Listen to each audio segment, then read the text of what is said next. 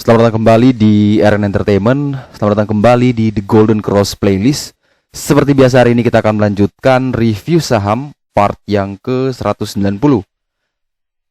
Namun sebelumnya, bagi teman-teman yang mungkin belum subscribe channel YouTube ini, sekali lagi jangan lupa tekan tombol subscribe, nyalakan lonceng notifikasinya, agar teman-teman tidak pernah ketinggalan informasi-informasi terbaru dari channel ini. Di part yang ke-190 hari ini kita akan mereview kurang lebih ada 10 saham, dan kita juga akan update indeks harga saham gabungan beserta update foreign flow untuk saham-saham yang akan diperdagangkan di hari Jumat besok. Yang pertama kita akan melihat pergerakan dari indeks harga saham gabungan, di mana di market review 10 Maret 2021 tercatat 236 saham menguat dan 243 saham melemah, di mana IHSG naik 1,05% plus 65 poin ke level 6264, dan dari kurang lebih ada 10 sektoral ada yang menyumbangkan kenaikan terbesar, itu berasal dari infrastruktur, itu naik 2,38%. Kemudian yang membuat indeks tidak terlalu bergerak kencang itu berasal dari sektor industri lainnya, yaitu minus 1,44%. Investor asing tercatat net buy senilai 296 di semua pasar. Kemudian kalau teman-teman perhatikan di sini, setelah kemarin dia turun dalam sekali di perdagangan hari Rabu, namun di hari Kamis secara mengejutkan dia naik 1,05% dan closing di 6264. Kalau diperhatikan bahwa dia berhasil naik kembali di atas level 6231, di mana itu yang kemarin sudah berhasil dijebol, namun dia berhasil naik kembali dan bisa mengamankan level support tersebut. Itu ada level semi support, di mana kalau misalkan itu gagal bertahan, selanjutnya adalah menuju ke 6158 sampai dengan 6191. Tetapi karena kemarin dia berhasil naik kembali di atas 6231, sehingga 6231 ini sudah menjadi support kuatnya lagi. Dan kalau memang itu bisa berhasil dipertahankan, sekali lagi dia harus menguji 6442 sebagai resisten paling kuat. Sehingga kalau misalkan dia ke atas, maka saya yakin banyak sekali saham-saham yang masuk dalam big caps yang punya market kapitalisasi yang besar itu pasti akan terangkat semua, sehingga teman-teman bisa pertimbangkan untuk memilih saham-saham yang berada atau yang sangat berpengaruh terhadap pergerakan indeks. Tetapi kalau misalkan dia tidak mampu bertahan lagi di atas 6231, maka ada peluang untuk kedua kalinya dia akan menguji 6158 sampai dengan 6191 sebagai support pentingnya. Ketika support penting itu tidak mampu bertahan, maka berpeluang besar sekali dia akan masuk ke level yang berwarna merah ini, kurang lebih di area 5400.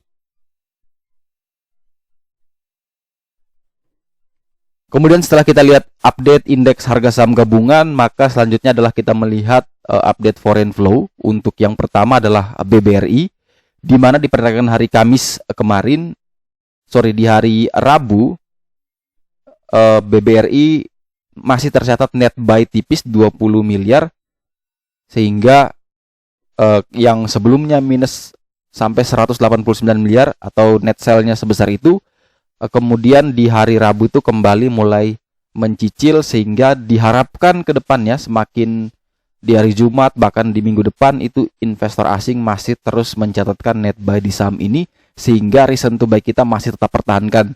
Jadi kalau teman-teman yang kemarin sudah lepas 20%, maka pertimbangkan kembali ketika masih terjadi net buy, maka pertimbangkan kembali untuk mulai mencicil lagi untuk saham BBRI, karena sekali lagi untuk BBRI reason to buy kita adalah berdasarkan foreign flow.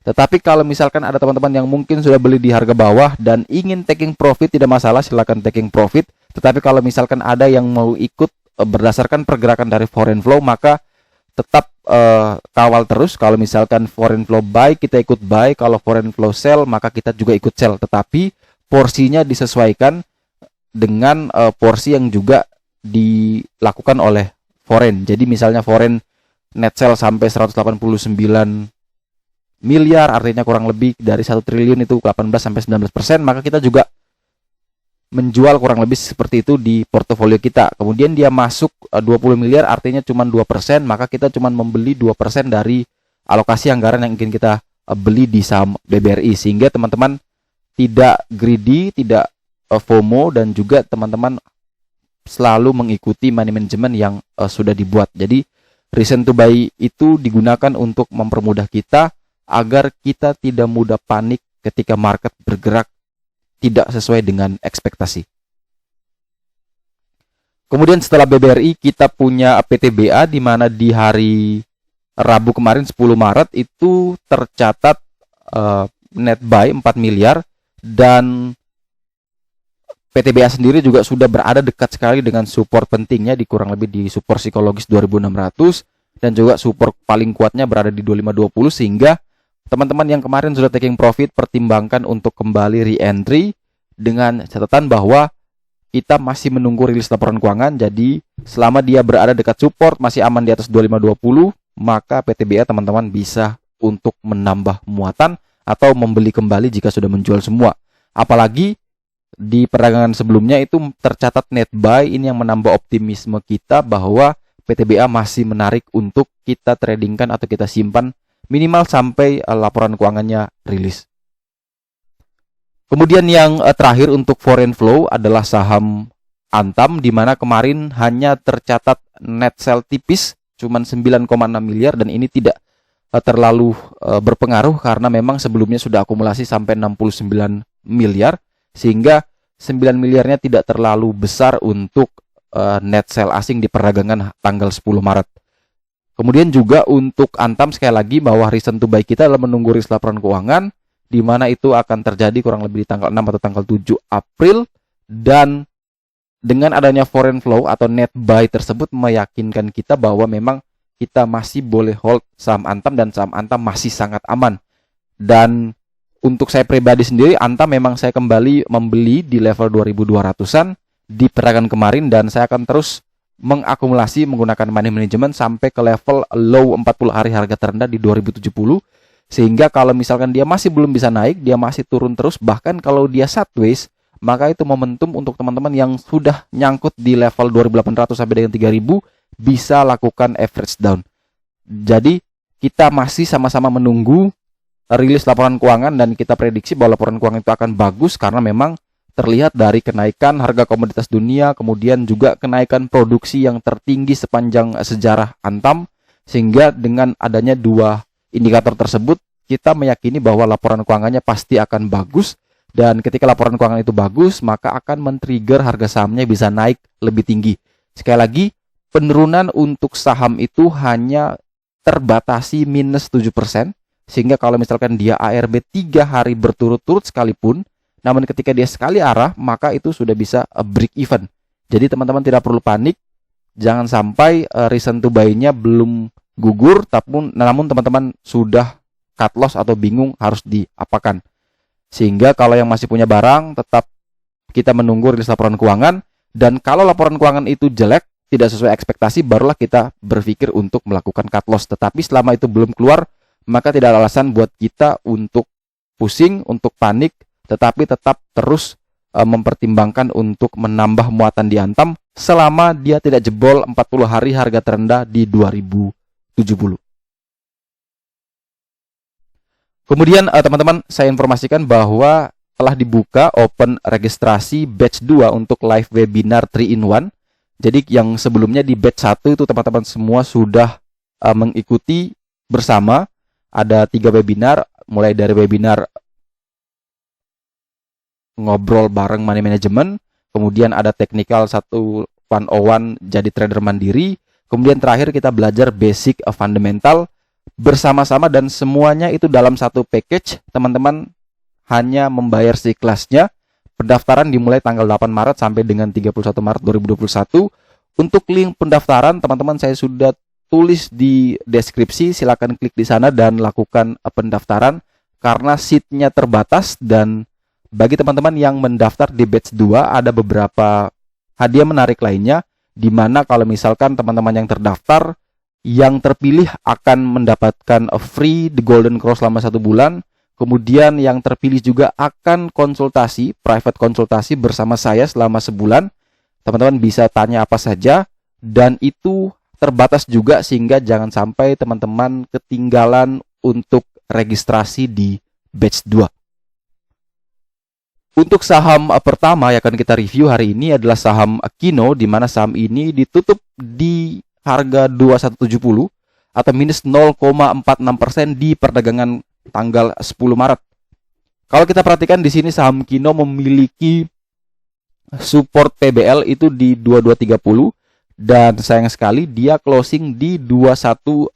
Artinya dia telah tutup di bawah support paling kuatnya, sehingga support ini sekarang sudah berubah menjadi resisten paling kuat dari saham Kino. Untuk level selanjutnya untuk di saham Kino ini adalah di 2150.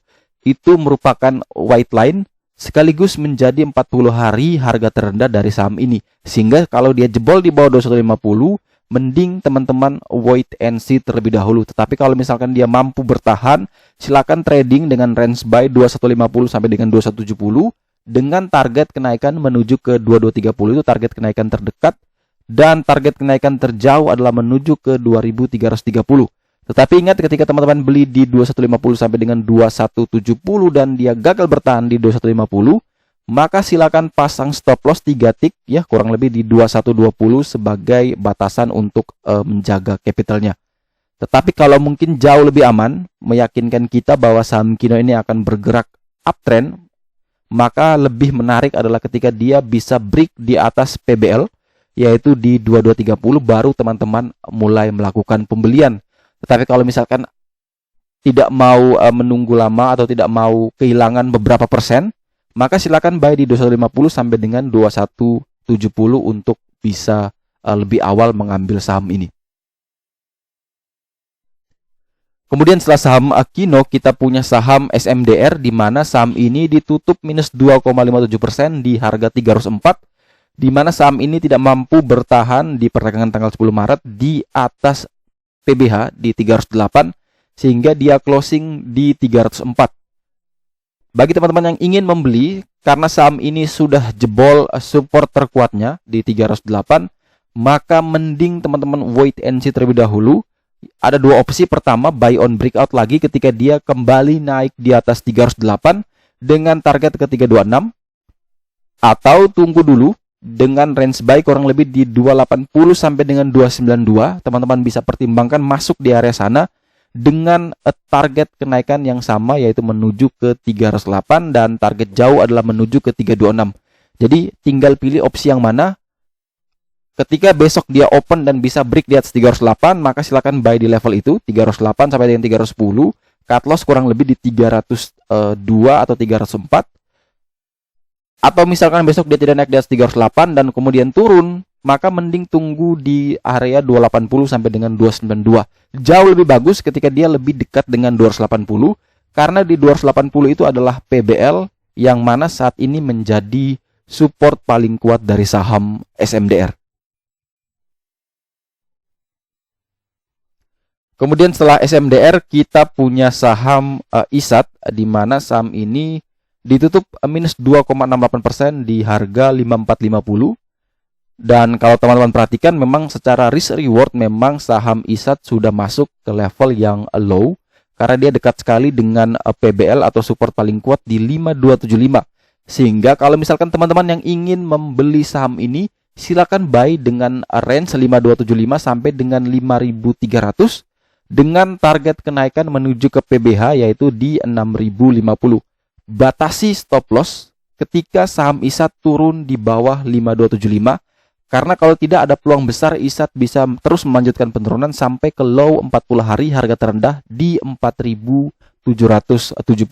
Sehingga kalau misalkan teman-teman tidak pasang stop loss, maka kerugiannya pasti akan semakin lebar.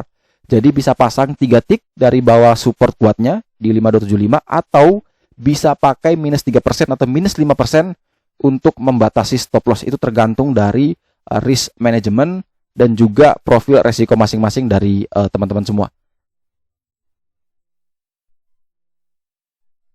Setelah saham ISAT, kita punya saham BBKP, di mana saham ini ditutup minus 3,74% di harga 515. Dan saham BBKP ini tepat sekali berada di PBL atau support paling kuatnya, karena kemarin dia sempat turun di bawah itu di 510 kalau tidak salah, namun akhirnya bisa closing di 515. Kalau misalkan teman perhatikan bahwa ini adalah support paling kuat, sehingga kalau misalkan dia jebol di bawah support paling kuat tersebut, maka untuk teman-teman yang trading, silakan pasang 3 tick untuk batasi stop loss, yaitu di level 500. Tetapi kalau teman-teman yang mau swing, mau invest, maka kita tetap hold. Sama seperti saya juga kemarin ambil di 515 dan saya masih hold terus karena average saya juga kurang lebih di 537. Maka saya akan terus menunggu untuk lakukan average down kembali sampai ke level 428. Ini adalah low 40 hari harga terendah. Saya akan menunggu di sana untuk kemudian menambah lagi kepemilikan di BBKP. Tetapi kalau misalkan dia tidak sampai ke 428, maka saya tetap pertimbangkan untuk hold saham ini, karena memang secara pribadi saya punya reason to buy, karena memang BBKP itu menurut saya dengan adanya manajemen yang baru akan memberi dampak yang signifikan untuk BBKP bisa terus melanjutkan kenaikan. Indikatornya adalah karena kemarin masalah dari Bank Bukopin ini adalah likuiditas, kurangnya uang untuk diputar dan sebagainya, maka dengan adanya Kukmin Bank kemudian dilakukan rek isu atau kemudian disetor kembali modalnya, yang membuat likuiditas BBKP itu semakin membaik. Dan juga karena Kukmin ini adalah salah satu bank terbesar di Korea, maka saya yakini bahwa link atau partner kliennya itu juga cukup besar di Indonesia, sehingga akan membuat sebagian dana akan bisa berpindah ke BBKP, sehingga dana yang dihimpun itu juga akan meningkat, sehingga dengan adanya peningkatan DPK, dana pihak ketiga, itu juga membantu BBKP untuk kemudian menyalurkan kembali dalam bentuk pinjaman kepada nasabahnya. Sehingga kalau saya masih meyakini BBKP masih akan bagus, dan BBKP belum tersentuh sentimen digital banking ya, yang sekarang ini sedang ramai di agro, di BNBA, di saham-saham lainnya. Tetapi kalau misalkan suatu saat ini juga di framing seperti itu, maka saya yakin BBKP akan bisa terbang lebih tinggi, karena dengan emiten lainnya, saya yakin BBKP jauh lebih baik dengan mereka-mereka yang sudah naik sampai ratusan persen. Tetapi kalau yang untuk trading tetap disiplin, ketika dia jebol atau menyentuh 500 silakan cut loss, dan kalau yang belum punya saham BBKP silakan buy di 515 sampai dengan 520, itu range buy-nya, cut loss di 500, dan target kenaikan pertama ada di 575. Target dari BBKP yang kedua atau yang terakhir adalah menuju ke PBH, yaitu di 610. Kemudian berikutnya kita punya saham BBNI, di mana saham Bank BNI ini ditutup di harga 6.050 atau naik 1,25%. Secara risk reward dia masuk ke level medium, di mana dia memiliki support paling kuat itu berada di 5.900 dan resisten paling kuat berada di 6.400. Jadi kalau misalkan teman-teman yang ingin membeli saham ini, maka boleh beli dengan catatan bahwa selama dia berada di atas 5.900, maka BBNI masih sangat aman untuk kita koleksi. Tapi kalau misalkan dia jebol di bawah 5.900, silakan teman-teman cut loss, karena kalau tidak ada peluang besar dia akan menuju ke 5250. Jadi kalau misalkan teman-teman yang mau beli, silakan lebih dekat dengan 5.900 itu jauh lebih baik ya. Mungkin di 5.900 sampai dengan 5.950 itu range buy yang sebenarnya menarik. Tetapi kalau misalkan teman-teman tidak dapat di level tersebut dan mau beli di 6.000 sampai dengan 6.050, tidak masalah. Asalkan teman-teman bisa hitung sendiri, kalau misalkan dia turun di bawah 5.900, kira-kira berapa persen minusnya. Misalkan minusnya 4%, dan apakah minus 4% itu misalkan di cut loss, apakah bisa siap atau tidak. Kalau bisa, maka silakan buy di 6.050 sampai dengan 6.000. Tapi kalau tidak bisa, maka lebih dekat dengan support adalah pilihan yang paling baik. Untuk target kenaikan jauh itu memang menuju ke 6.400, tetapi kita punya beberapa resisten terdekat. Untuk teman-teman yang mau taking profit, pertama ada di 6.100, kemudian yang kedua ada di 6.214. Itu teman-teman bisa taking profit dulu di situ. Atau kalau yang mau kawal terus pakai trailing stop, silakan kawal sampai kita taking profit di resisten paling kuat, yaitu di 6.400. Kemudian setelah BBNI kita punya saham DKFT, di mana saham ini ditutup di harga 163 atau ditutup stagnan dengan support sebelumnya itu berada di 169. Karena dia closing di 163, PBL yang kita kenal sebagai support paling kuat sekarang sudah berubah menjadi resisten paling kuat dari saham DKFT. Untuk DKFT tidak kami rekomendasikan selama dia masih belum naik di atas 169. Karena ada peluang besar DKFT menuju ke 124 jika 161 ini tidak mampu ditahan. Jadi jauh lebih aman ketika dia breakout di atas 169 dengan target kenaikan terdekat ke 173 dan target jauh adalah menuju ke 208 yang mana itu adalah resisten dari saham ini. Tetapi kalau misalkan teman-teman tidak mau menunggu ketika dia break di atas 169 karena takut selisihnya sudah lebar, maka bisa saja masuk di level 161 sampai dengan 163 dengan catatan bahwa ketika 161 itu jebol, silakan cut loss kurang lebih di 158, 159 karena kalau tidak ada peluang besar untuk DKFT bisa terus melanjutkan penurunan bahkan sampai ke 124. Kuncinya adalah di 161, kalau itu mampu bertahan maka ada peluang dia rebound, tapi kalau itu gagal bertahan maka ada peluang besar juga dia akan turun menuju ke 124. Kemudian berikutnya adalah saham Friend, di mana saham ini naik 3,4% di perdagangan hari Rabu kemarin, closing di 91 dan dia telah berhasil naik di atas PBH yang kita kenal sebagai resisten paling kuat yang saat ini sudah berubah menjadi support terkuat untuk saham Friend. Jadi selama dia berada di atas 86, maka saham Friend ini masih sangat aman untuk di hold atau di koleksi.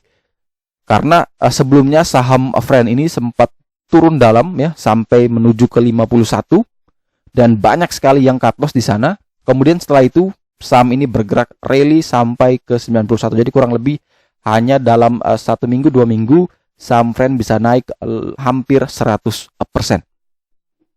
Jadi untuk saat ini memang resikonya sudah semakin tinggi, di mana kalau misalkan teman-teman yang baru mau entry maka perhatikan di 86 ini adalah support paling kuat.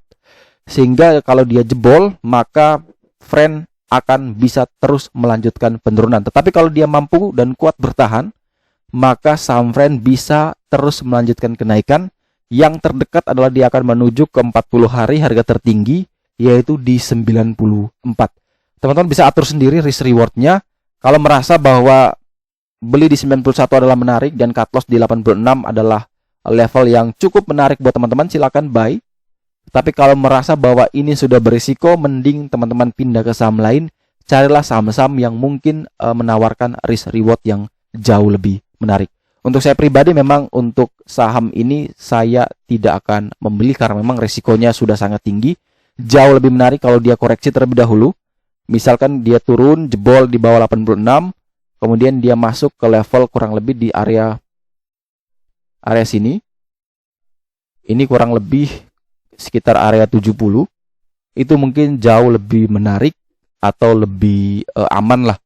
Tetapi kalau misalkan dia tidak ke sana, maka mending saya pindah ke emiten lain yang juga bisa menawarkan potensi profit yang lebih besar atau bahkan lebih sama dengan Friend. Kemudian berikutnya kita punya saham Sido muncul dengan kode emiten Sido, di mana saham ini ditutup di harga 780 atau stagnan. Dan yang menjadi menarik adalah saham ini ditutup di atas PBL yang mana kita kenal adalah paling kuat untuk support. Dan secara risk reward sudah berada di kategori low, sehingga kalau teman-teman yang ingin membeli saham Sido maka silakan buy dengan range 775 sampai dengan 780 dengan target kenaikan ke PBH di 820. Jika saham Sido open di perdagangan besok di bawah 775, mending teman-teman pertimbangkan untuk wait and see. Jadi tunggu saja dia kembali naik di atas 775. Tetapi kalau misalkan dia open dan mampu bertahan, kemudian menjelang jam 10, jam 11 dia ditutup amblas, maka teman-teman pertimbangkan untuk pasang space cut loss yang cukup besar. Biasanya kita pasang 3 tick. Kali ini kita pasang sampai ke low 40 hari harga terendah, yaitu di 715. Karena kalau diperhatikan bahwa di sini secara psikologis memang untuk saham SIDO itu selalu membentuk yang namanya lower tail atau lower shadow. Ini banyak sekali lower shadow yang artinya kita bisa membaca bahwa secara psikologis memang ketika saham SIDO itu dibanting, maka ada peluang besar dia bisa rebound kembali. Sehingga kalau misalkan pasang stop loss-nya terlalu dekat, ada kemungkinan besar itu pasti kena stop loss. Dan setelah kena stop loss, saham SIDO kembali naik dan teman-teman akhirnya merasa menyesal. Jadi kita akali dengan pertama membuat space atau spread-nya itu jauh lebih dalam ya. Jadi bisa menuju ke 715. Itu kita pasang cukup jauh. Yang biasanya 3 tick kurang lebih di 760, kita pasang sampai ke 715. Atau kalau teman-teman takut ternyata di 715 ternyata kena dan dia naik, maka tetap disiplin 3 tick. Tetapi ingat, ketika 3 tick itu teman-teman sudah kena stop loss, kemudian ternyata dia bisa rebound dan naik lagi di atas 775, silakan beli kembali. Jadi jangan sampai teman-teman setelah kena stop loss akhirnya lupa pindah ke emiten lain dan ternyata SIDO berhasil break lagi, teman-teman tidak beli. Jadi tetap perhatikan, kalau memang sudah kena stop loss tidak masalah. Tetapi kalau misalkan setelah kena stop loss dia bisa naik lagi di atas 775, maka silakan buy on breakout dengan target menuju ke 820. Kemudian setelah saham SIDO kita punya saham SOCI, di mana saham ini juga sama, ditutup di minus 1,97% di harga 200. Dan yang menjadi menarik adalah dia masih dekat, masih berada di sekitaran area PBL yang mana kemarin adalah super paling kuat dan saat ini sudah berubah menjadi resisten terkuat untuk saham SOCI. Sehingga kalau misalkan teman-teman yang mungkin kemarin sudah beli 204 atau di 202, maka bisa pasang 3 tick kalau untuk yang trading sebagai batasan untuk stop loss. Jadi kalau 3 tick itu kurang lebih di 196, teman-teman bisa cut loss di sana. Tetapi kalau dia belum kena di situ, maka teman-teman tidak perlu khawatir karena dia juga masih berada di atas support psikologis yaitu di 200.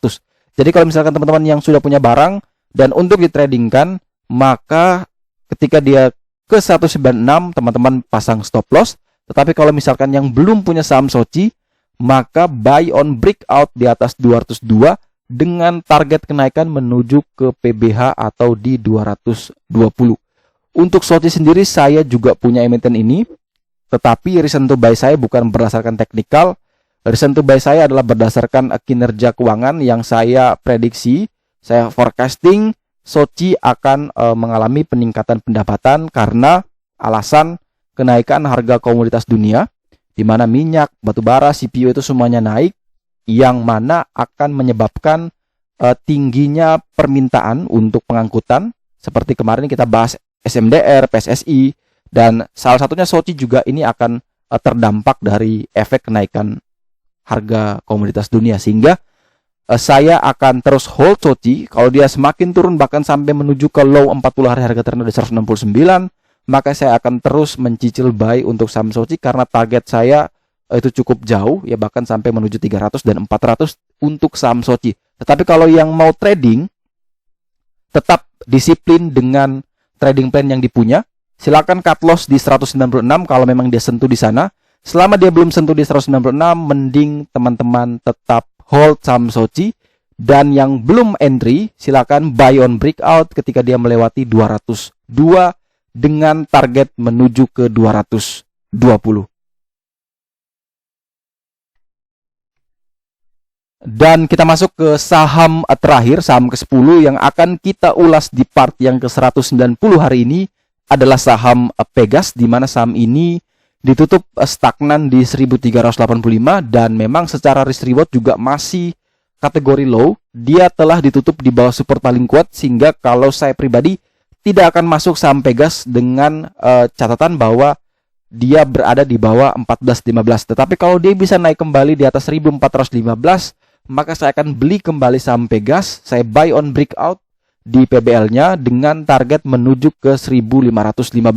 Tetapi kalau misalkan teman-teman yang ingin mencoba membeli, tidak mau menunggu sampai breakout di atas 14.15, maka silakan buy di level 1385 sampai dengan 1400, dan cut loss jika dia turun di bawah 1370 karena ada peluang besar dia akan menuju ke 1335, dan kalau itu pun tidak mampu ditahan maka ada peluang besar dia menuju ke 1270.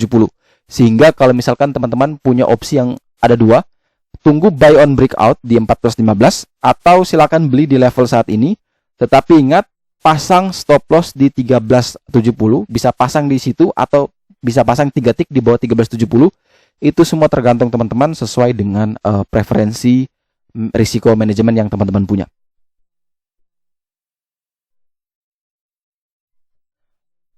Oke, sekian dulu review saham part yang ke-190. Terima kasih banyak teman-teman yang telah menonton video ini.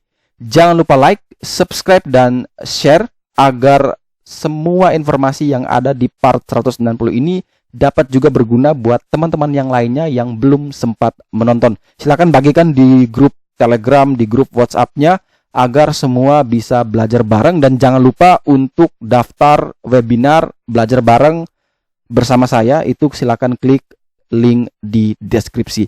Sekali lagi terima kasih banyak, sampai jumpa dan semoga membantu.